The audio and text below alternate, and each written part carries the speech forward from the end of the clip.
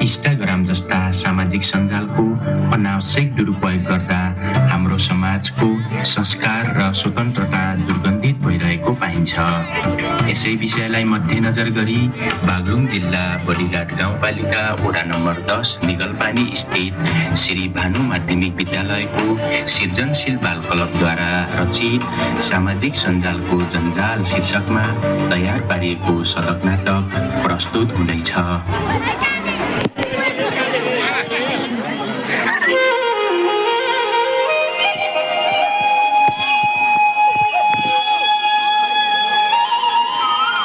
हजुर, यो हो दुर्वाको परिवार। उनका एक छोरा र एक छोरी छन्, रवि र सरिता। रवि प्रायजसो मोबाइलमै व्यस्त रहन्छन्। उनको पढाइ त्यति राम्रो छैन। उनी फेसबुक र टिकटकमा फोटो तथा भिडियो दैनिक रूपमा राख्ने गर्छन्। मानव उनको दिनचर्या मोबाइल बिना अधुरो र न्यास्रो लाग्छ। ध्रुव खेतबारीको काममा निकै व्यस्त हुन्छन्। निकै मेहनती पनि छन्। बारीको काम सकेर घरमा आउँदैछन् ध्रुव।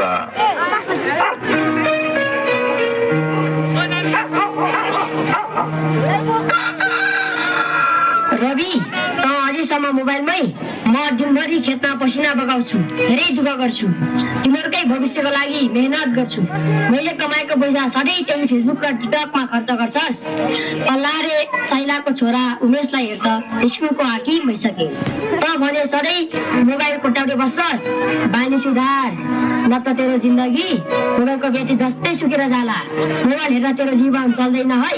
बाबा, तपाईँ कुन जमानामा हुनुहुन्छ? जमाना कहाँ पुगिसक्यो? यो वैज्ञानिक युगको जमाना हो। यो डिजिटल युग हो। अब खेतीतिर होइन, क्रिएटर बन्नु पर्छ। लाइक्स, भ्युज अनि कमेन्ट, आहा, सञ्जालमै छ संसार। हेर्नुस् बा, मलाई यो खेतीबाली भन्दा लाइक्स र भ्युज बढाउन ठुलो कुरा लाग्छ। बुझ्नुभयो? खै के भन्नु, यसलाई सम्झाएर मान्ने होइन। खाना खान बोलाउँदा पनि आउँदैन। यो छोरा पनि कस्तो कस्तो, यसलाई त मोबाइल नै सब थोक रहेछ। छिमेकी सबै तिमीहरूको छोरा बिग्रिसक्यो, यसले त लाउनु पर्यो भन्छन्। होइन, यसलाई कसरी सुधार्नु भने म त दिक्क भइसकेँ। के गर्ने होला यसलाई?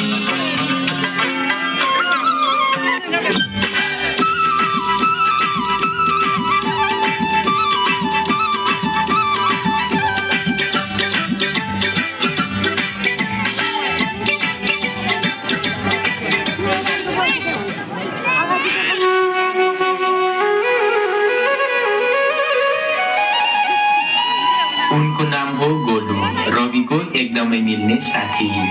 उनी पनि रवि जस्तै मोबाइलको किरा। उनले फेक भिडियो बनाएर मानिसहरूलाई अल्मल्याउने, झुक्क्याउने र रमाइलो गर्ने तयारीमा देखिन्छन् उनी।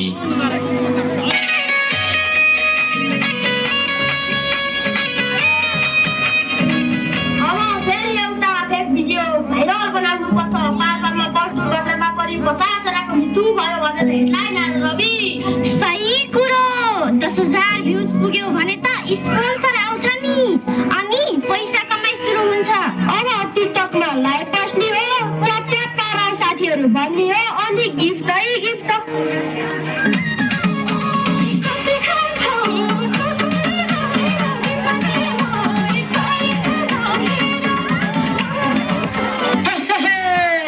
भिडियो भाइरल, हिजो हालेको भिडियो भाइरल।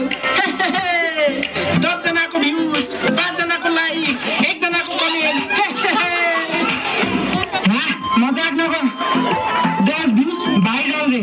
हेरे त अस्ति पल्लो गाउँमा बुढाबुढीको डर झगडा परेको देखे, अनि यसो भिडियो क्लिप खिचेर रिल्समा राखेको, क्या भ्युज गएछ देखिस्? Million views.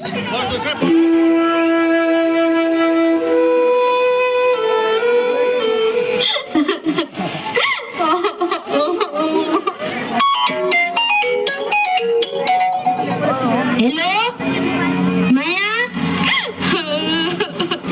माया किन रोएको?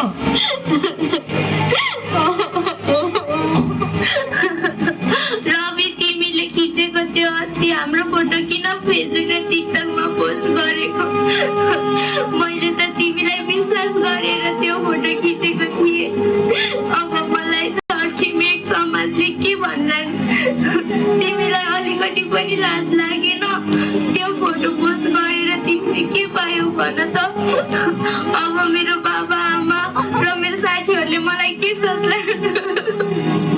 ल भाइरल हुन्छ भने के बिग्रन्छ त? चलाउने यस्तै छ। भाइरल हुनको लागि केही न केही त गुमाउनै पर्यो नि। मैले तिमीलाई विश्वास गर्नु भुल रहेछ। तिमी विश्वासघाती रहेछौ, स्वार्थी रहेछौ। I hate you.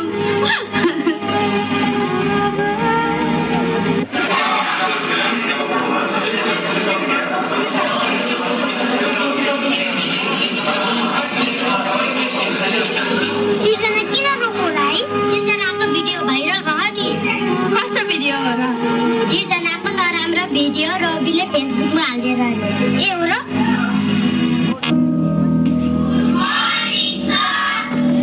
उहाँ एक शिक्षक हुनुहुन्छ, टिका सर, निकै परिचित नाम। उहाँले आफ्ना विद्यार्थीहरू सामु सामाजिक सञ्जालको दुरुपयोग सम्बन्धमा सचेतना गराउने खालका कुराहरू राख्दै हुनुहुन्छ। सुन्नुहोस् भाइ बहिनीहरू, हामी कसैले पनि अनुमति बिना अरूको फोटो भिडियो सामाजिक सञ्जालमा राख्नु हुँदैन। यदि कसैले त्यस्तो गर्छ भने त्यो अपराध हो। हामीले जहिले पनि सत्य तथ्य र प्रमाणसहितको सूचनाहरू मात्र जानकारीको लागि सामाजिक सञ्जालमा राख्नु उत्तम हुन्छ। हामी भाइरल हुनलाई होइन, बरु लोकप्रियता कमाउनेर ध्यान दिनुपर्छ। है नि भाइ? मैले पनि अस्ति एकजना केटाको लुकेर भिडियो बनाएर टिकटकमा राखेकी थिएँ। त्यसमा सबैले ट्रोल गरेर भाइरल बनाए। अहिले थाहा भयो त्यो रमाइलो होइन, अन्याय रहेछ। म अहिले निकै दुखी भएकी छु। हो नि, हामीले त्यसरी लुकेर थाहा नपाउने गरी फोटो भिडियो बनाउनु दुराचार। त्यसो कसैले नि गर्नुहुँदैन है।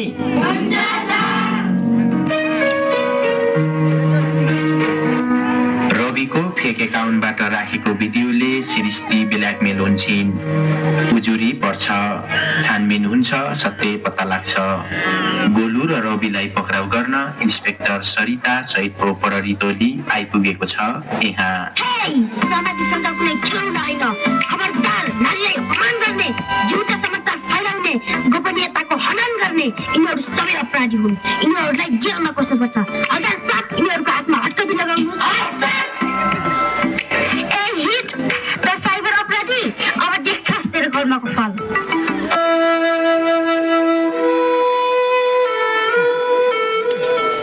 अहिले रवि थुनामा छन्। उनका बुबा र आमा निकै दुखी छन् र जेलमा भेट्न आएका छन्।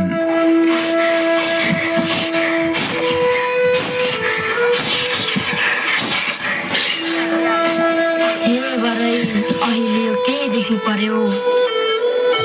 बाबा मम्मी हजुरहरूले भनेको सही रहेछ। म गलत रहेछु। अब म सुध्रिन्छु। अब म त्यस्ता कामहरू गर्ने छैन, बरु जनचेतना फैलाउने काममा लाग्नेछु। सम्झौता मानिनुहोस्। अहिले आएर बल्ल चेप्पो। मलाई माफ गर्नु होला। विगतको कार्यले रवि र गोलुलाई निकै पछुतो भएको छ। गल्तीको महसुस दुवैले गरेका छन्। सबै मिलेर सन्देश दिँदैछन्।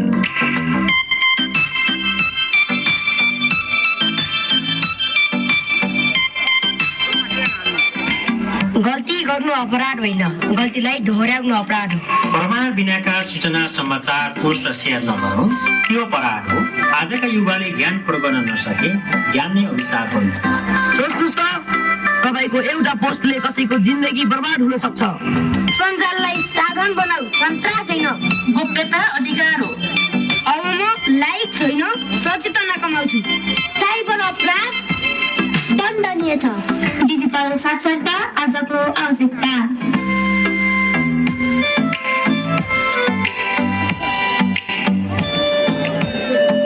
मित्र पत्रहरू इलेक्ट्रोनिक लेनदेन ऐन 2063 अनुसार विद्युतीय माध्यमबाट अवैध सामग्री प्रकाशन गरेमा अथवा कम्प्युटर ठगी गरेमा वा अनुमति बिना सामग्री प्रकाशन गरेमा 3 वर्षदेखि 5 वर्षसम्म कैद वा 1 लाखदेखि 2 लाखसम्म जरिवाना वा दुवै सजाय हुने व्यवस्था छ। त्यसैले सामाजिक सञ्जालको सही उपयोग गरौँ, सचेतना र देश विकासमा सहयोग पुर्याउँ। धन्यवाद।